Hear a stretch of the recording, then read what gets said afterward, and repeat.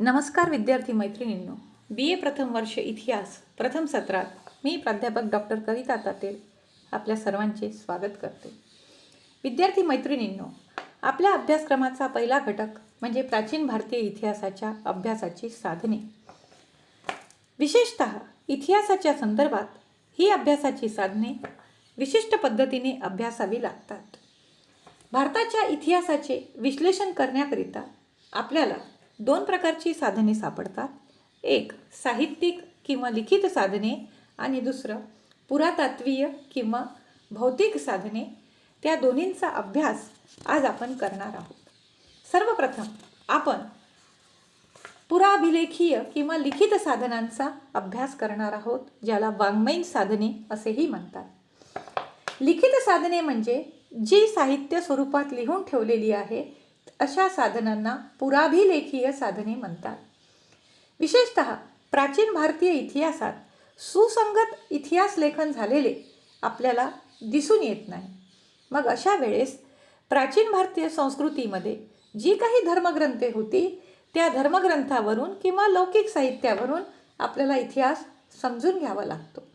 भारतीयांनी मोठ्या प्रमाणात धार्मिक साहित्य आणि शास्त्रीय ग्रंथाचे लेखन करून ठेवले आहे. या सर्व ग्रंथातून आपल्याला त्या काळातील सामाजिक, राजकीय, धार्मिक, आर्थिक जीवनाची माहिती मिळत असलेली दिसून येते. सर्वप्रथम आपण लिखित साधनामधील धार्मिक साहित्याचा अभ्यास करणार आहोत. धार्मिक साहित्याचे 3 भाग आहेत: वैदिककालीन साहित्य, बौद्ध साहित्य आणि जैन साहित्य. सिंधू संस्कृतीनंतर भारतात वैदिक संस्कृती अस्तित्वात आली. या संस्कृतीचे वाहक आर्य या नावाने ओळखल्या गेले. त्यांनी जे साहित्य निर्माण केले त्यांना वैदिक साहित्य असे नाव मिळाले. ऋग्वेद, यजुर्वेद, सामवेद आणि अथर्ववेद ही आर्यांची प्रमुख ग्रंथ संपदा होय. या वेदांवरून आपल्याला आर्यांच्या जीवनाची पूर्ण माहिती मिळते. वेद हे अनेक शतकात विकसित झाले. विद्वानांच्या मते या वैदिक साहित्याची रचना इसवी सन पूर्व 5000 ते इसवी सन पूर्व 2000 या काळात झाली असावी. ऋग्वेद हा आर्यांचा सर्वात प्राचीन ग्रंथ मानला जातो. या ग्रंथात 10 मंडल आणि 1028 सूक्त आहेत. या ग्रंथामध्ये आर्यांचे वसतिस्थान, राज्यविस्तार, अनार्यांचा पराभव, प्रशासन पद्धती, राजाचे अधिकार, समाज जीवन, अर्थव्यवस्थेची माहिती मिळते. उत्तर वैदिक काळात यज्ञविधी मोठ्या प्रमाणात विकसित झाली आणि त्याचा विचार यजुर्वेद या ग्रंथात झालेला दिसून येतो. सामवेदामध्ये यज्ञप्रसंगी म्हटल्या जाणाऱ्या मंत्रांचा संगीतमय स्वरूपात उल्लेख आपल्याला दिसून येतो. तर अथर्ववेदात दुःख निवारक व सुखकारक मंत्रांचा समावेश आहे. या सर्व वेदांवरून आर्यांचा समाज जीवन आपल्याला समजू शकतो. याशिवाय 18 पुराणे आणि 18 उपपुराणे हे सुद्धा समाज जीवनाच्या अभ्यासासाठी उपयोगी आहे. आर्यांच्या काळात उपनिषद ग्रंथांची निर्मिती झाली.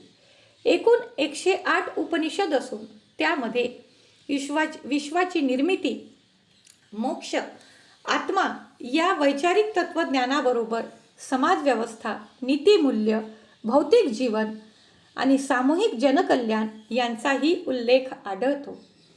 वैदिक ग्रंथाचा शेवटचा भाग म्हणजे आरण्यके होय. एकांतवासात राहून अरण्यात शिकावे लागत असल्यामुळे त्यांना आरण्यके या नावाने ओळखल्या जाते. अरण्यात या वेदांचा अभ्यास केला गेला आणि त्यामध्ये तत्त्वज्ञानातून विविध विषयांची माहिती मिळू शकते. वैदिक काळामध्ये तयार झालेले रामायण आणि महाभारत हे 2 जगप्रसिद्ध संस्कृत महाकाव्य धार्मिक जरी असले तरी त्यातून लौकिक जीवनाची माहिती मिळत असल्याने ते इतिहासाला निगडित आहेत. रामायण या महाकाव्याची रचना महर्षी वाल्मिक ऋषींनी केली, तर महाभारताची रचना महर्षी व्यासांनी केली. या दोन्ही महाकाव्यातून आपल्याला इसवी सन पूर्व 2000 ते इसवी सन 600 पर्यंतच्या राजकीय घटनांची माहिती मिळते. मनुष्य स्वभावातील द्वेष, अहंकार, मत्सर, भाऊबंदकी यांचा सूक्ष्म चित्रण महाभारत आणि रामायणामध्ये आहे. विशेष म्हणजे या 2 ग्रंथातून राजाची कर्तव्ये, अधिकार, मंत्री, कायदा, युद्ध पद्धती, परराष्ट्र नीती, विवाह पद्धती, स्त्रियांचा दर्जा, धर्मसंकल्पना, आर्थिक स्थितीची माहिती आपल्याला मिळू शकते. आता विद्यार्थी मैत्रिणींनो, धार्मिक क्षेत्रातील साहित्यातील दुसरा प्रकार म्हणजे बौद्ध आणि जैन साहित्य होय. वैदिक साहित्याप्रमाणे बौद्ध साहित्याची सुद्धा मोठ्या प्रमाणावर निर्मिती झाली. विशेषतः बौद्ध साहित्य हे पाली भाषेत लिहिलेले असून त्यामध्ये त्रिपिटकांचा समावेश होतो. विनय पिटक, सुत्त पिटक आणि अभिधम्म पिटक असे हे 3 त्रिपिटक ग्रंथ आहेत. या ग्रंथात विविध राजांचे वर्णन, जनतेबद्दलचे गौतम बुद्धाचे संवाद यांचा उल्लेख असल्या कारणामुळे हे ग्रंथ समाज जीवनाच्या अभ्यासासाठी उपयोगी ठरू शकतात. याशिवाय या काळात बौद्ध तत्त्वज्ञानाशी संबंधित असलेले अनेक ग्रंथ आपल्याला इतिहासाच्या दृष्टीने महत्त्वपूर्ण ठरू शकतात. यामध्ये दीपवंश, महावंश, महावस्तू, ललित विस्तार, मिलिंद प्रश्न, सौदरानंद, दीर्घ निकाय, मध्यम निकाय इत्यादी ग्रंथांचा समावेश होतो. त्याशिवाय जैन धर्माचे जे साहित्य आहे त्याचाही इतिहासाची साधने म्हणून उपयोग होऊ शकतो. जैनांचे साहित्य संस्कृत आणि अर्धमागधी भाषेतून असून त्यांच्या ग्रंथांना आगम ग्रंथे असे म्हणतात. या ग्रंथांमध्ये जैन भिक्षूंचे नियम, त्यांची जीवनपद्धती, प्रवचन, उपदेश यांची माहिती मिळते. याशिवाय कथाकोश, भगवती सूत्र, तीर्थकल्प, आराधना कथा, आवश्यक सूत्र या साहित्यामधून जैन धर्माचे स्वरूप स्पष्ट होते. या सर्व साहित्यावरून असं लक्षात येते की प्राचीन भारतीय इतिहासाचा अभ्यास जर करायचा असेल तर धार्मिक साहित्य महत्त्वाचे ठरते आणि या धार्मिक साहित्यामध्ये वैदिक, बौद्ध आणि जैन साहित्याचा समावेश होतो. यानंतर या साहित्यिक साधनांचा दुसरा प्रकार म्हणजे लौकिक साहित्य. म्हणजे धर्माव्यतिरिक्त जे साहित्य निर्माण झाले त्याला लौकिक साहित्य असे म्हणतात. त्यामध्ये कौटिल्याने लिहिलेले अर्थशास्त्र हे ग्रंथ होय. मॅगस्थेनिस नावाच्या ग्रीक वकिलांनी लिहिलेले इंडिका नावाचे ग्रंथ होय. तर संस्कृतचा महाकवी कालिदास याने लिहिलेले अभिज्ञान शाकुंतलम किंवा मेघदूत, ऋतुसंहार, मालविका अग्निमित्र यासारखे नाटक होय. अर्थशास्त्र या ग्रंथाचा कर्ता चाणक्य उर्फ विष्णुगुप्त असून त्याने चंद्रगुप्त मौर्याच्या प्रशासनाची माहिती अर्थशास्त्र या ग्रंथात दिली आहे. हा ग्रंथ 15 भागात असून त्याचे 180 उपभाग आहेत. संस्कृत भाषेत लिहिलेल्या या ग्रंथामध्ये प्राचीन भारतीय राजनीती, धर्मकारण, राजकारण, अर्थकारण आणि समाज स्थितीची माहिती मिळते. या ग्रंथामध्ये राज्यकर्ता कसा असावा, कायदे कसे असावे, नगराची सुरक्षा व्यवस्था कशी असावी, त्यानंतर राजाचे कार्य काय असावे, राजाच्या सैन्याची माहिती यामध्ये दिल्या गेलेली आहे आणि त्या दृष्टीने राजकीय व्यवस्थेसाठी हा ग्रंथ मोलाचा ठरतो. शाकुंतलम नावाचे जे नाटक कालिदासांनी लिहिलेले आहे त्याची जगातल्या सर्व भाषांमध्ये भाषांतरे झालेली आहे. या नाटकामध्ये चंद्रवंशी राजा दुष्यंत आणि महर्षी कण्व यांची कन्या शकुंतला यांच्या विवाहाचे आणि सांसारिक जीवनाचे वर्णन आलेले आहे. या ग्रंथामध्ये, या नाटकामध्ये अतिशय सुंदर आणि समंजसपणाने एकूण परिस्थितीचं वर्णन केलेलं आपल्याला दिसून येतो. याशिवाय कालिदासाच्या काळामध्ये अनेक संस्कृत कवींनी लिहिलेल्या कविता, नाटके ही सुद्धा इतिहासाची साधने म्हणून आपल्याला उपयोगी ठरू शकतात. विशेष म्हणजे प्राचीन काळात दंतकथा, कल्पित कथा, पुराण कथा, उपदेश कथा आणि ऐतिहासिक कथा तयार झाल्या. उदाहरणार्थ बुद्ध कथा सांगणाऱ्या जातक कथा, विष्णू शर्माच्या पंचतंत्रातील उपदेश कथा, गुणाढ्याचा बृहत कथा, अशा प्रकारच्या या कथेमधून सुद्धा आपल्याला समाज जीवनाची माहिती मिळते. याशिवाय विविध प्रकारचे लौकिक ग्रंथ, त्या ग्रंथातून उमटणारे सामाजिक जीवन इतिहासासाठी उपयोगी पडते. दक्षिण भारतातील सातवाहन राजा हाल याने गाथा सप्तशती हा प्राकृत भाषेतील ग्रंथ रचला. त्यामध्ये समाज जीवनाची माहिती मिळते. भवभूती, विशाखा दत्त, भास, शूद्रक, भारवी, माघ, दंडी, हर्ष, कालिदास या नाटककार आणि कवींनी केलेले वर्णन म्हणजे तत्कालीन इतिहासाचे निश्चितपणे उत्कृष्ट असे प्रतिबिंब आहे असं आपल्याला म्हणता येईल. याशिवाय जगाच्या इतिहासामध्ये भारताची प्रतिमा आध्यात्मिक देश म्हणून असल्याने या काळामध्ये अनेक शास्त्रीय वैज्ञानिक ग्रंथसुद्धा लिहिले गेले. कारण वैदिक काळापासून भारताने राज्यशास्त्र, युद्धशास्त्र, शिल्पशास्त्र, स्थापत्यशास्त्र, शरीरशास्त्र, धातुशास्त्र या क्षेत्रातही प्रगती केली होती. त्या संबंधितली ग्रंथेसुद्धा आपल्याला इतिहासाची अध्ययनाची साधने म्हणून उपयोगी पडू शकतात. चरक संहिता व अष्टांग संग्रह या ग्रंथातून वैद्यकशास्त्राची प्रगती दिसून येते. अमरसिंहाचा अमरकोश ग्रंथ हा व्याकरणासाठी प्रसिद्ध आहे.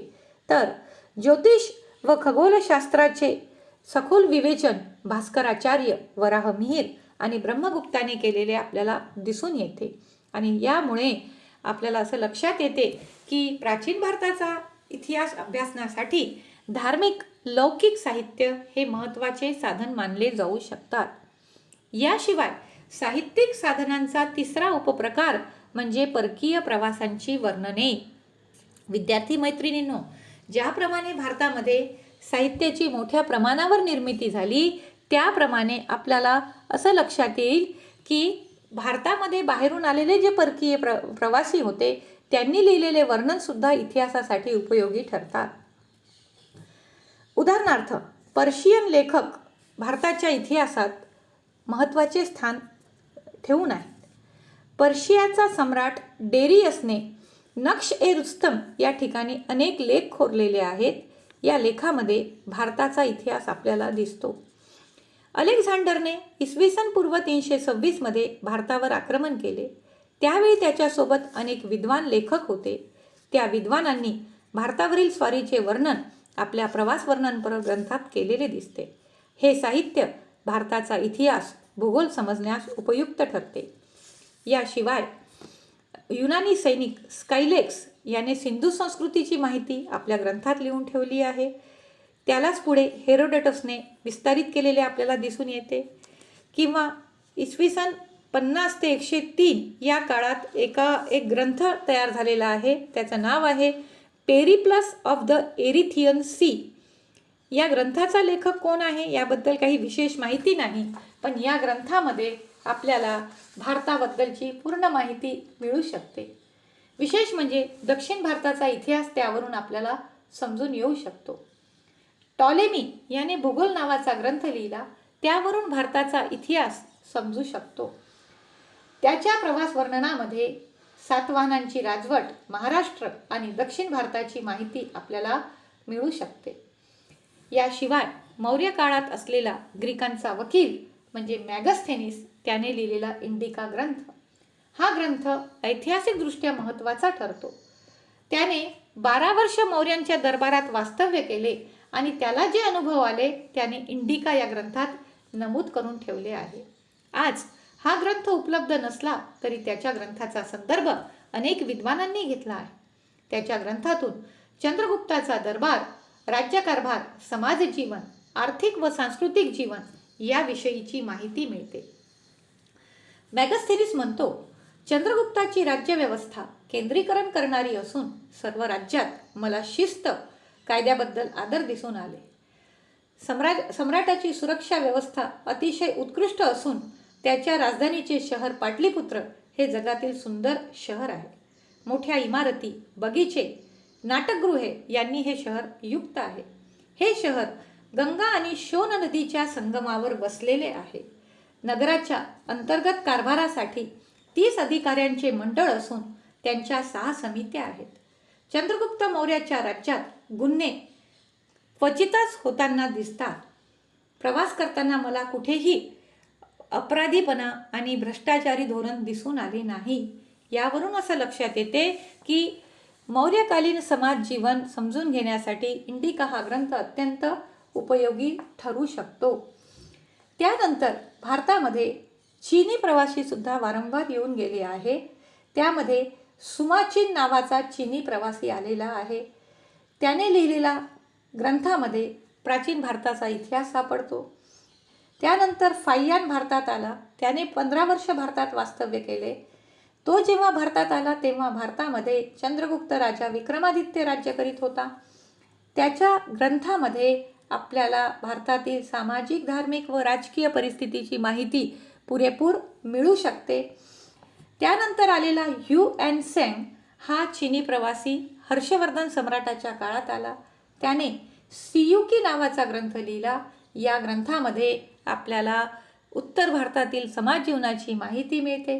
7व्या शतकात इत्सिंग हा चीनी प्रवासी आला.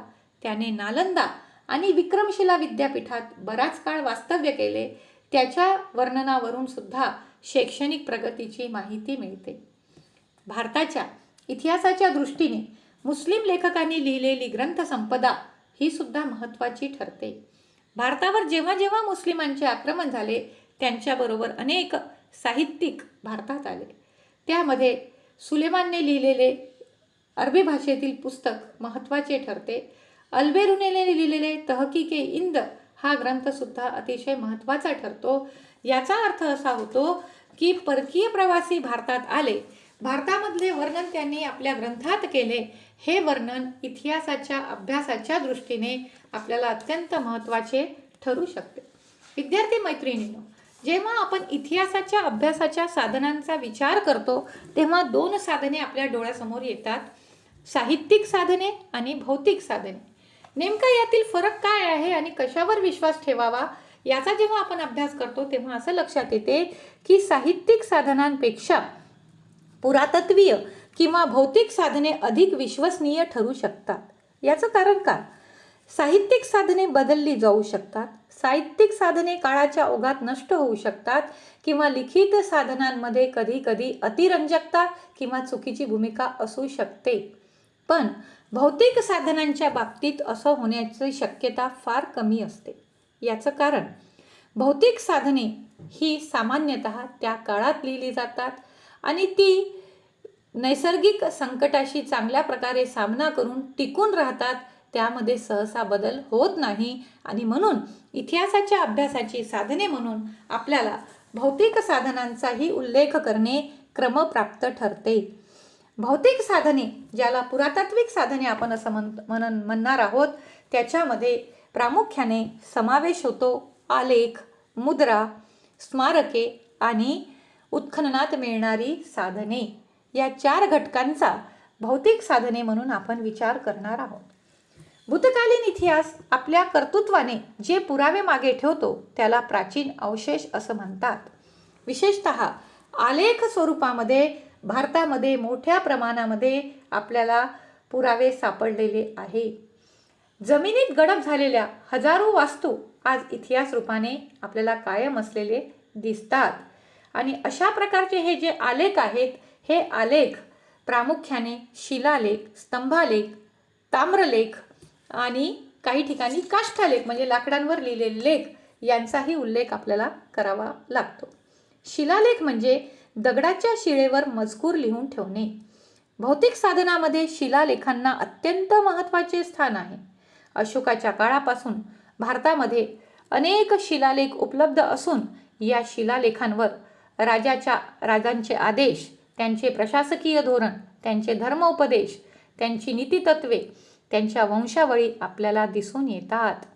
भारतामध्ये ब्राह्मी, खरोष्टी, पाली, संस्कृत, अर्धमागधी, मराठी, कन्नड, तेलुगू, तामिळ आणि मोडी भाषेतील शिलालेख सापडून आले आहेत.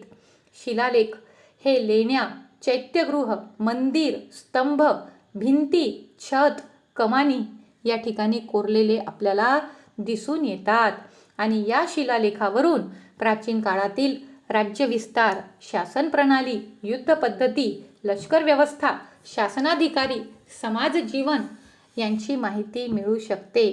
कालखंड, भाषा, साहित्याचे ज्ञान यामधून होत असते आणि त्यामुळे शिलालेखांना विशेष महत्त्व असल्याचे आपल्याला दिसून येते. अशोकाच्या संदर्भात जर विचार केला तर मौर्य सम्राट अशोकाचे 14 शिलालेख, 7 स्तंभलेख, 2 कलिंगलेख आणि अनेक आलेख आपल्याला सापडतात. याशिवाय समुद्रगुप्त नावाच्या राजाच्या अलाहाबाद येथील स्तंभलेख आपल्याला सापडून येतो. दक्षिण भारतामध्ये सातवाहन काळातील अनेक शिलालेख आपल्याला सापडतात आणि यावरून आपल्याला भौतिक आलेखाच्या माध्यमातून इतिहास हा स्पष्ट होऊ शकतो. आलेखाचा दुसरा प्रकार म्हणजे ताम्रपट होय, ताम्रलेख त्याला म्हणता येईल. तांब्याच्या पत्रावर लिहिलेल्या मजकुराला ताम्रपत्र असे म्हणतात. प्राचीन काळी सम्राट, राजे, व्यक्ती हे धर्मसंस्थांना किंवा व्यक्तींना दान करीत व दिलेल्या दानाची माहिती तांब्याच्या पत्रावर कोरून सनद देत असत. त्याला ताम्रपट असे म्हटले जात असे. म्हणजेच दानपत्र हे ताम्रपटाच्या स्वरूपात असावेत. या ताम्रपटामध्ये राजा, त्याचे पूर्वज, वंशावळ, त्यांचा साम्राज्य विस्तार, जमिनीचा आकार, दान घेणाऱ्याचे व दान देणाऱ्याचे नाव यांची नोंद केली जात असत. प्राकृत आणि संस्कृत भाषेमध्ये हे ताम्रपट असून त्यावरून कालगणना, राजकीय इतिहास, धार्मिक धोरणाची माहिती आपल्याला दिसून येते. याशिवाय इतिहासाच्या अभ्यासाचे सर्वात महत्त्वाचे साधन म्हणजे मुद्रा किंवा नाणी होय. भारतामध्ये 2 प्रकारच्या मुद्रा सापडतात. भारतीय शासकांच्या मुद्रा आणि विदेशी शासकांच्या मुद्रा. नाणी हे मुख्यत्वे करून राजकीय इतिहासाचे साधन आहे. सांस्कृतिक इतिहासाच्या दृष्टीने सुद्धा मुद्रेचा उपयोग होतो. नाण्यावर कोरलेल्या देवतांच्या आकृतीवरून लोकांच्या धार्मिक कल्पनांची माहिती मिळते. नाण्यांवर कोरलेली अक्षरे, आकृती आणि तारखा यामुळे इतिहासाचा कालक्रम निर्धारित करता येतो. गुप्त काळात रोमची अनेक नाणी प्रचलित होती. यावरून गुप्त काळामध्ये भारताचा आंतरराष्ट्रीय व्यापार विकसित असावा असे दिसून येते. मौर्य, गुप्त, सातवाहन, शुंग, वाकाटक, वर्धन, राष्ट्रकूट, पल्लव, चोल या शासकांची हजारो नाणी आज उपलब्ध झालेली आहे. या नाण्यांमधून साम्राज्य विस्तार, धर्म, कला, आर्थिक स्थितीची आपणास माहिती मिळते आणि यावरून आपल्याला सखोल इतिहासाचा अभ्यास करता येतो.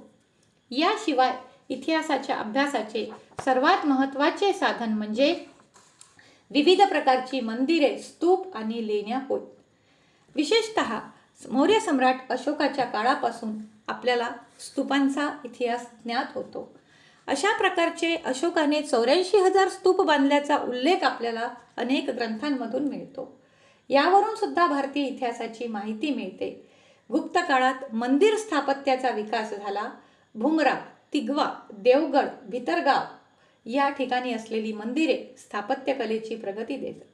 सातवाहन, गुप्त आणि वाकाटक काळात आपल्याला अजिंठा, वेरूळ, कार्ले, भाजे, नाशिक, पितळखोरे या ठिकाणी लेण्या खोदलेल्या दिसून येतात. ह्या लेण्या म्हणजे स्थापत्य, शिल्प व चित्रकलेचे त्रिवेणी संगम आहेत. त्या काळात विविध धर्माच्या अनुयायांनी मूर्तीपूजेचा स्वीकार केल्यामुळे अनेक मूर्त्या निर्माण झाल्या. त्यावरून सुद्धा इतिहासाचा अभ्यास आपल्याला करता येतो. या लेण्यांच्या स्थापत्यामुळे इतिहासाची एक वेगळी ओळख भारताच्या इतिहासाची एक वेगळी ओळख जगामध्ये निर्माण झालेली आपल्याला दिसून येते. भारतातल्या भौतिक साधनांमधला स्मारके हा प्रकार सुद्धा अतिशय प्रगत आहे. त्यामध्ये चैत्यगृह, स्तूप, विहार, मंदिरे, राजवाडे, मूर्ती, मातीची व धातूची कलात्मक भांडी यांचाही आपल्याला उल्लेख करता येईल. आणि सर्वात शेवटी आपण ज्याचा उल्लेख करू ते म्हणजे उत्खनात सापडलेली साधने. आणि याचा सर्वात मोठा पुरावा आहे 1922 मध्ये भारतीय संस्कृतीमध्ये लागलेला हडप्पा संस्कृतीचा शोध होय. सामान्यतः आपण 1920 पर्यंत असा समज होता की वैदिक संस्कृती ही भारताची सर्वात जुनी संस्कृती आहे. पण जेव्हा सर जॉन मार्शलच्या नेतृत्वाखाली राखलदास बॅनर्जी आणि दयाराम साहनी यांनी जेव्हा उत्खनन केले त्या उत्खननामध्ये असं लक्षात आलं की भारताची सर्वात जुनी संस्कृती ही सिंधू संस्कृती आहे आणि या संस्कृतीचा इतिहास आपल्याला हडप्पा आणि मोहनजोदडो या 2 शहराच्या उत्खननावरून दिसून आलेला आहे. आणि ही जो 2 शहरे आपल्याला आढळलेली आहे ती जमिनीच्या खाली गेलेली होती, खोदकाम करण्यात आले आणि त्याच्यामधून आपल्याला एका संस्कृतीचा परिचय आपल्याला झालेला दिसून येतो. अशा प्रकारचं हे जे उत्खनन आहे ते इतिहासाचं अनमोल साधन आहे. आजही अशा प्रकारचे अनेक ठिकाणी उत्खनन झालेले आपल्याला दिसून येतात. नागपूरजवळ असलेलं अनेक स्थळ जे आहेत तिथे अशा प्रकारचे उत्खनन आजही सुरू आहे. इतिहासाचे अभ्यासक या नात्याने त्याकडे बघण्याची गरज आहे. विद्यार्थी मित्रांनो, या संपूर्ण अभ्यासाच्या माध्यमातून आपल्याला असं लक्षात आलं असेल की प्राचीन भारतीय इतिहास अभ्यासण्यासाठी आपण फक्त धर्मग्रंथ घेऊन बसू शकणार नाही, आपण फक्त साहित्य ग्रंथ घेऊन पुरे होणार नाही, तर आपल्याला त्या काळात निर्माण झालेली ही जी भौतिक साधने आहेत, मग त्यामध्ये शिलालेख असतील, स्तंभालेख असतील, स्तूप असतील, विहारे असतील, चैत्यगृह असतील, यांचाही अभ्यास करणे गरजेचे आहे. मी आत्ताच तुम्हाला बोलली की लिखित साधनापेक्षा साहित्यिक साधने ही अधिक विश्वसनीय असतात. असं म्हणण्याचं कारण लिखित साधनांपेक्षा भौतिक साधने ही अधिक विश्वसनीय असतात असं म्हणण्याचं कारण काय आहे? कारण भौतिक साधने ही सहसा बदलल्या जाऊ शकत नाही. भौतिक साधने ही त्या काळातच लिहिली जाऊ शकतात. उदाहरणार्थ द्यायचं झाल्यास समजा अशोकाच्या काळात तयार झालेले शिलालेख आहे ते अशोकानेच तयार केलेले आहे, पण एखादा ग्रंथ जर लिहिला गेला तर तो अशोकाच्याच काळात लिहिला गेला असेल असं सांगता येणार नाही. तो नंतरच्या काळातही लिहिला जाऊ शकतो आणि म्हणून कालांतराने जर ग्रंथ लिहिला गेला तर त्यामध्ये बदल होण्याची, विसर पडण्याची शक्यता असते. आणि म्हणून इतिहासाचा संशोधक, इतिहासाचा विद्यार्थी या नात्याने आपण जेव्हा अभ्यास करतो तेव्हा हा अभ्यास आपल्याला प्रामुख्याने दोन्ही साधनांचा पुरेपूर विचार करून करणे आवश्यक आहे. विशेषतः प्राचीन भारताचा जो इतिहास आहे तो साहित्यिक साधनांपेक्षा पुरातात्विक साधनांमध्ये आपल्याला जास्त सापडू शकतो. कारण संपूर्ण भारतभर अशा प्रकारचे अवशेष सापडलेले आहेत. काही वस्तू संग्रहालयामध्ये ठेवल्या गेलेल्या आहेत, परंतु काहींचे जतन होणे सुद्धा गरजेचे आहे. आपण बघतो की अनेक खेड्यांमध्ये अनेक प्रतिमा दिसून येतात आणि या प्रतिमांचे जतन केले जात नाही, त्या सुरक्षित ठेवल्या जात नाही. इतिहासाचे साधन म्हणून त्याला सुरक्षित ठेवणे तेवढेच गरजेचे आहे. जर ते सुरक्षित ठेवल्या गेले तर त्यातून आपल्याला इतिहासाची चांगली माहिती आपल्याला मिळू शकते. आणि म्हणून जेव्हा आपण इतिहासाचे विद्यार्थी म्हणून इतिहासाचा अभ्यास करीत असतो तेव्हा हा अभ्यास आपण कशातून करीत आहे याच्याकडे सुद्धा आपला विचार होणे गरजेचे आहे. पुरातात्विक साधनांमध्ये उत्खननाच्या संदर्भामध्ये फक्त शहरेच सापडली असे नव्हे, तर त्या शहरामध्ये सापडलेली नियोजनबद्ध नगर रचना, तिथे सापडलेली भांडी, अलंकार, दागदागिने किंवा मग छोटी छोटी खेळणी ही सुद्धा आपल्याला इतिहासाची साधने म्हणून अभ्यासता येतात. आता हा प्रश्न आपल्याला पडायला हवा की या साधनांचा इतिहासाशी काय संबंध आहे. समजा त्या क्षेत्रामध्ये आपल्याला जर नियोजनबद्ध घरांची रचना आढळली तर आपल्याला असं म्हणता येईल की ती शहरी संस्कृती असावी किंवा नागरी संस्कृती असावी. त्या ठिकाणी जर सांडपाण्याची व्यवस्था खूप चांगली असेल, नियोजनबद्ध असेल, मातीचे पाईप तयार केलेले असतील, पक्क्या भाजलेल्या विटा असतील तर आपल्याला लक्षात येते की त्यांनी बांधकामाच्या क्षेत्रात प्रगती केलेली असावी.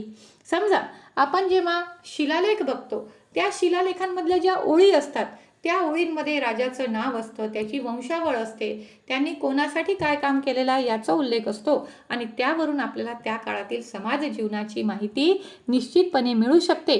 या दृष्टीने सुद्धा आपण इतिहासाच्या अभ्यासाच्या साधनांचा विचार करणे गरजेचे आहे.